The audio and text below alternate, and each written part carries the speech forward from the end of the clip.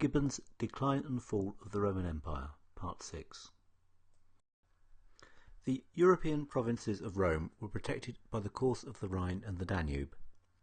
The latter of those mighty streams, which rises at the distance of only 30 miles from the former, flows above 1,300 miles for the most part to the southeast, collects the tribute of 60 navigable rivers, and is, at length, through 6 mouths, received into the Euxine, which appears scarcely equal to such an accession of waters.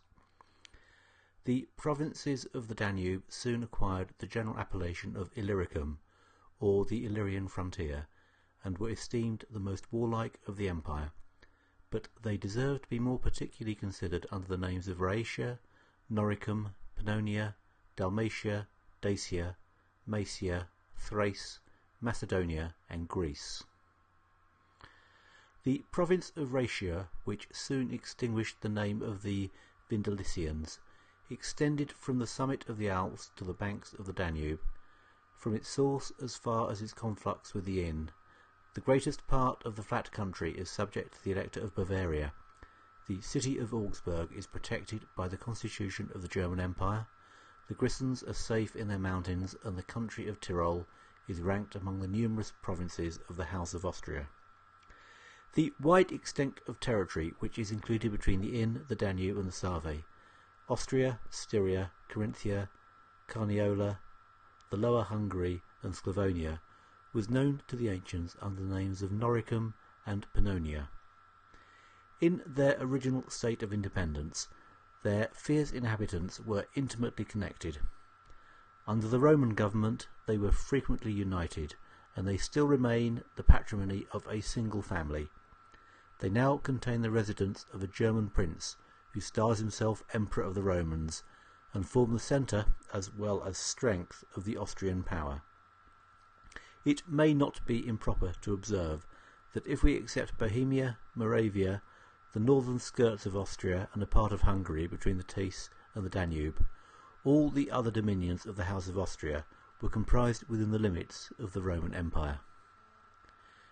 Dalmatia, to which the name of Illyricum more properly belonged, was a long but narrow tract between the Save and the Adriatic. The best part of the sea-coast, which still retains its ancient appellation, is a province of the Venetian state, and the seat of the little republic of Ragusa. The inland parts have assumed the Sclavonian names of Croatia and Bosnia. The former obeys an Austrian governor, the latter a Turkish pasha.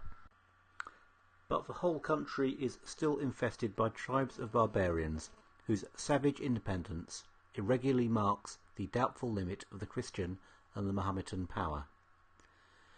After the Danube had received the waters of the Theiss and the Save, it acquired, at least among the Greeks, the name of Ister. It formerly divided Maesia and Dacia, the latter of which, as we have already seen, was a conquest of Trajan, and the only province beyond the river. If we inquire into the present state of those countries, we shall find that, on the left hand of the Danube, Temeswar and Transylvania have been annexed, after many revolutions, to the crown of Hungary, whilst the principalities of Moldavia and Wallachia acknowledge the supremacy of the Ottoman Porte. On the right hand of the Danube, Maesia, which during the Middle Ages was broken into the barbarian kingdoms of Serbia and Bulgaria, is again united in Turkish slavery. The appellation of Rumelia, which is still bestowed by the Turks on the extensive countries of Thrace, Macedonia, and Greece, preserves the memory of their ancient state under the Roman Empire. In the time of the Antonines, the martial regions of Thrace, from the mountains of Haemus and Rhodope to the Bosphorus and the Hellespont, had assumed the form of a province. Notwithstanding the change of masters and of religion, the new city of Rome, founded by Constantine on the banks of the Bosphorus, has ever since remained the capital of a great monarchy. The kingdom of Macedonia, which under the reign of Alexander gave laws to Asia, derived more solid advantages from the policy of the two Philips, and with its dependencies of Epirus and Thessaly, extended from the Aegean to the Ionian Sea. When we reflect on the fame of Thebes and Argos, of Sparta and Athens, We can scarcely persuade ourselves that so many immortal republics of ancient Greece were lost in a single province of the Roman Empire, which, from the superior influence of the Achaean League, was usually denominated the province of Achaia. Such was the state of Europe under the Roman emperors. The provinces of Asia, without excepting the transient conquest of Trajan, are all comprehended within the limits of the Turkish power. But, instead of following the arbitrary divisions of despotism and ignorance, it will be safer for us, as well as more agreeable, to observe the indelible characters of nature. The name of Asia Minor is attributed with some propriety to the peninsula which, confined betwixt the Euxine and the Mediterranean, advances from the Euphrates towards Europe. The most extensive and flourishing district, westward of Mount Tartarus and the river Halys, was dignified by the Romans with the exclusive title of Asia. The jurisdiction of that province extended over the ancient monarchies of Troy, Lydia, and Phrygia, the maritime countries of the Pamphylians, Lycians, and Carians, and the Grecian colonies of Ionia, which equalled in arts, though not in arms, the glory of their parent. The kingdoms of Bithynia and Pontus possessed the northern side of the peninsula from Constantinople to Trebizond. On the opposite side, the province of Cilicia was terminated by the mountains of Syria, the inland countries separated from the Roman Asia by the river Halys and from Armenia by the Euphrates, had once formed the independent kingdom of Cappadocia. In this place we may observe that the northern shores of the Euxine, beyond Trebizond in Asia and beyond the Danube in Europe, acknowledged the sovereignty of the emperors and received at their hands either tributary princes or Roman garrisons. Budzak, Crim Tartary, Circassia, and Mingrelia are the modern appellations of those savage countries.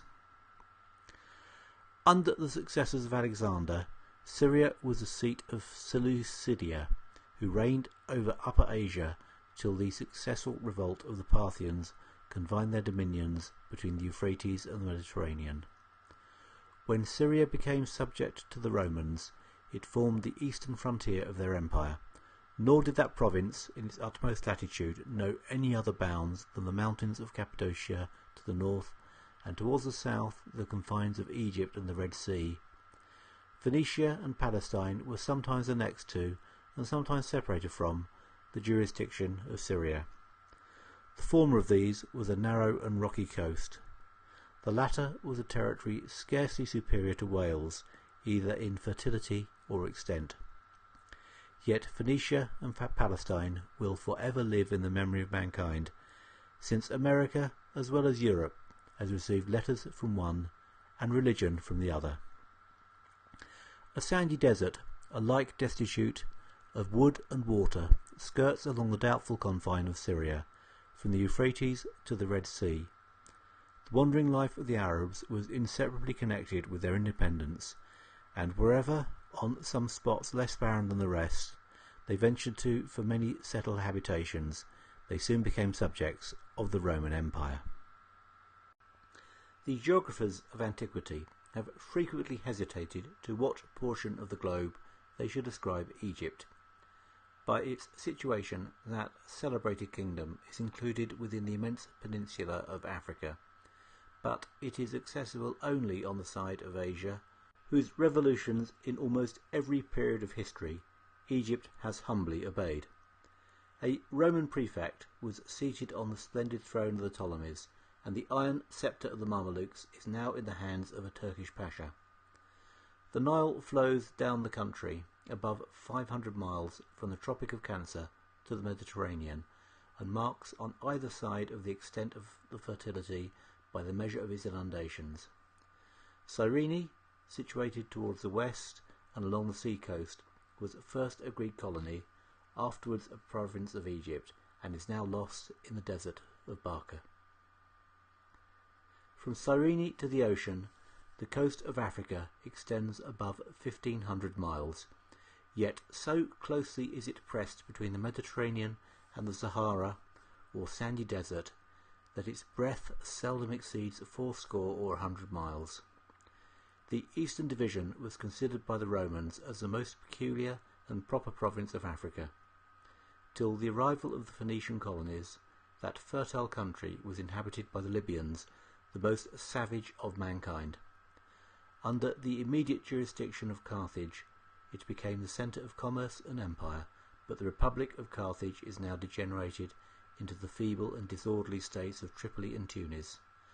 The military government of Algiers oppresses the wide extent of Numidia, as it was once united under Massinissa and Jugurtha, but in the time of Augustus the limits of Numidia were contracted, and at least 2/3 of the country acquiesced in the name of Mauritania, with the epithet of Caesariensis. The genuine Mauritania, or country of the Moors, which, from the ancient city of Tingi, or Tangier, was distinguished by the appellation of Tingitana, is represented by the modern kingdom of Fez. Salé on the ocean, so infamous at present for its piratical depredations, was noticed by the Romans as the extreme object of their power and almost of their geography. A city of their foundation may still be discovered near Mequinez, the residence of the barbarian whom we condescend to style the Emperor of Morocco. But it does not appear that his more southern dominions, Morocco itself and Segulmisa, were ever comprehended within the Roman province. The western parts of Africa are intersected by the branches of Mount Atlas, a name so idly celebrated by the fancy of poets, but which is now diffused over the immense ocean that rolls between the ancient and the new continent.